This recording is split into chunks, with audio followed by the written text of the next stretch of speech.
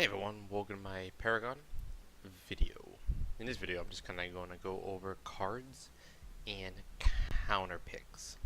Now, when I say counter picks, it's champion and decks. Now, one of the benefits of Paragon is that the fact you can create a lot of different types of decks, and the fact is that you can create one deck for multiple champions. This meaning I can have 3 different types of jungle decks depending on what the enemy team is picking. So I just want to go through a couple cards with you. Now you might be thinking, you hate Rampage, you hate Quang, you hate whoever you hate. There's always a counter card that you can build into your deck that can help you fight them. So for instance, let's just pick the most obvious one, is regen and lifesteal and all those high-end tanking characters. There's one card in this game, that actually 2 cards, that absolutely destroys them, and that is Blight. Now, Blight is in death. Plague Lord Mallenk. This card gives you an AoE slow by 120. It's a permanent aura and a permanent Blight Aura, reducing regen, lifesteal to pretty much null. It makes it go to 0. In this case, this destroys Rampage's ulti. This takes out Quang's lifesteal. This takes out the lifesteal card. This just turns away so many champions. Shinbi, Chimera. It is such a good card to have in your deck to counter so many champions that I don't understand why a lot of people don't run this card in their deck. Yeah, it's a lot into intellect, but it doesn't matter. Rushing 25 of vitality or agility first is not the key to winning games. The key is to countering those OP champions with cards that have been inserted into the game, and this is one of those cards. So Zinx, this destroys Zinx, destroys her ulti. Everybody's running Withering Shadows, and I get the fact that it gives damage. It makes you you're already super tanky, so why not add in AoE damage? Well, the moment I put on Plague Lord, guess what's gonna happen? You're gonna die, and I'm gonna still live because I slow you down. My team can jump you faster. You have no regen because I have the Blight Aura running, and now my team can either engage or help, or maybe I'm playing Bellica, maybe I'm playing Countess, and I'm running the Blight Aura, or maybe I'm playing Iggy. So I can just slow you, and then I have Blight on top of that. This card is like the key to countering so many champions. So this is the first card I wanted to talk about. Now the second card I wanted to talk about is Growth Totem. Right now, okay, I'll just straight up say I don't like this card. I don't like the idea of being able to stack infinitely with no limit. Meaning if the game goes on for 50 minutes, I'm getting 50 power if I had it out 0 minutes. So forth and so on. You usually get around 7 minutes. This card is just too good. You get so much HP for pretty much nothing early game, and as a carry, you're getting the extra power, you're getting the survivability. So I build this on pretty much almost every character that's offlane, jungle, and I even build it on my carry now, just because it gives me so much sustain early game and a ton of sustain end game. It's a great card. Try it out. I really recommend it. But if you don't get it before 10-minute mark, don't buy it. What I usually do on this is I usually save up to, I get down to 2,000 gold on it, and I purchase it straight out with 2,000 gold. It puts you 2 points behind, but if you're farming correctly or decently or get 1 or 2 kills, you won't have any issues getting this before 7-minute mark. This card will make you even tankier end game than you would normally if you just built Godmother straight out. Now, from this card and moving on, you have a lot of options, and there's tons of cards that can counter pick different things. So the next card I want to go into is countering ability heroes. Arcane Dancer negates all ability heroes. 85% damage taken for the next 6 seconds is reduced by 85%.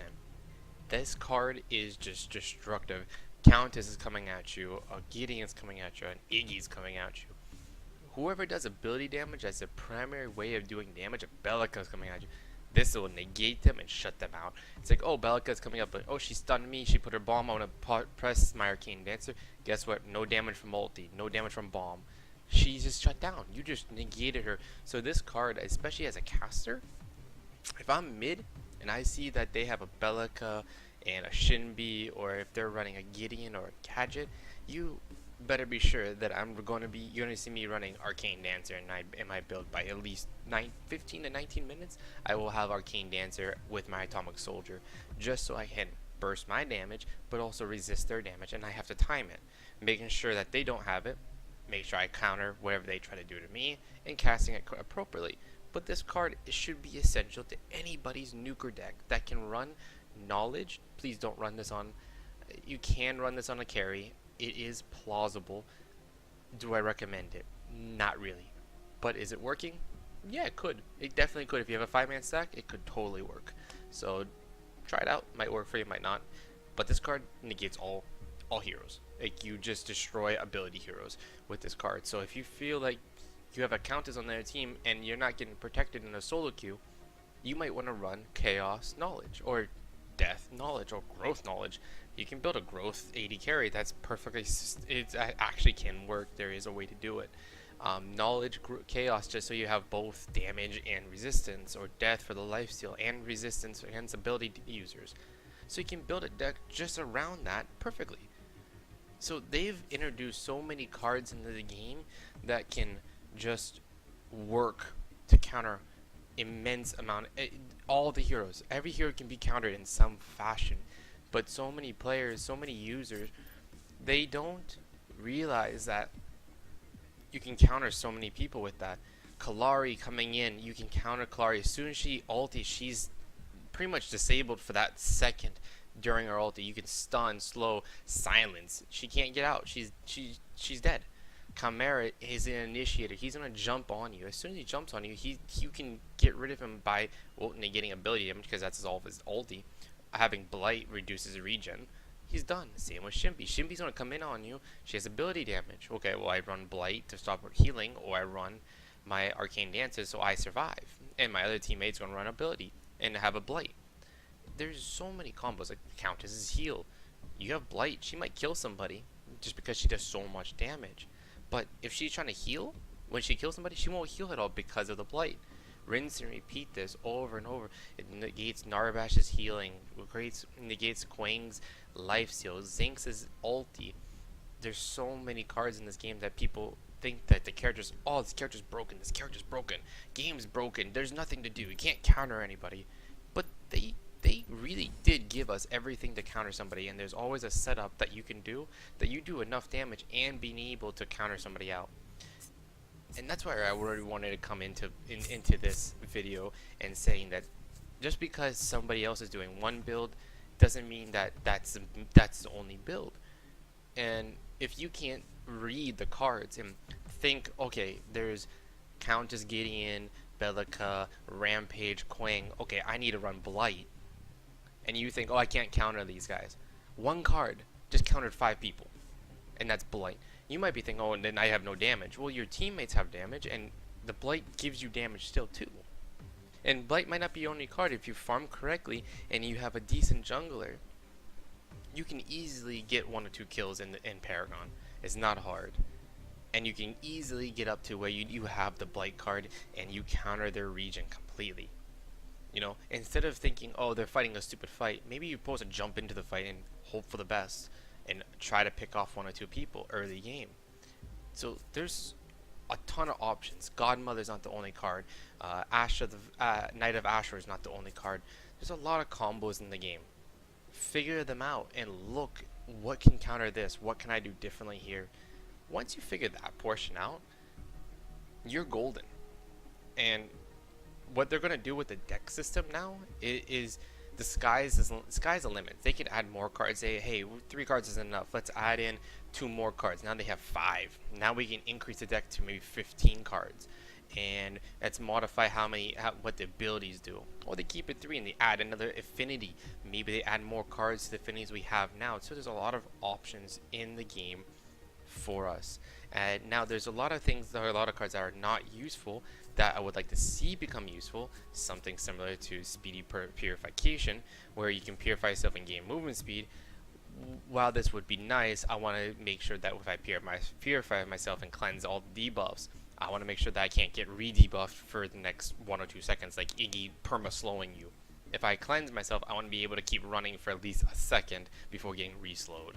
And that's one of the things like I want to see them modify and do in the game. So again, there's a lot of cards in the game. Don't think just because a character can one-shot you, there's no solution to it. There's always a solution. It's just because you think you're only building 1, 2, or 3 decks is the correct way. I have multiple types of decks for multiple situations. As soon as I see certain characters, I know I'm building deck A or deck B or deck C. And that's how you need to play the game. It's not this deck fits all, this deck fits all, this deck fits all. No. Not how it works, guys.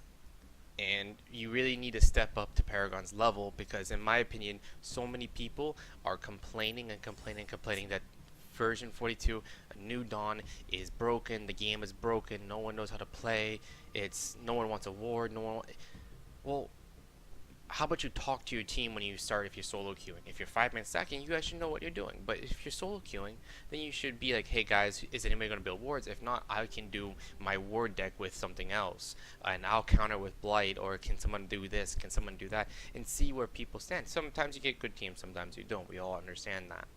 But it's not the game, it's not the Paragon's fault that you guys haven't figured out how to counter somebody. It's your fault because you believe that the game should be like League of Legends, the game should be like Smite. Well, it's not either of those. It's Paragon. And once you guys get that through your head, then you start looking at, okay, who does this and who does what, and how can I counter those champions with certain decks? And that's how you need to play. It's counting the heroes' abilities with the cards that are played. Now, you're not countering cards with cards, you're counting heroes with cards. And that's what you need to look at. So, again, I hope this video is informative. I hope that I get my point across. And if you enjoyed the video, be sure to hit that subscribe button. And like always, take it easy.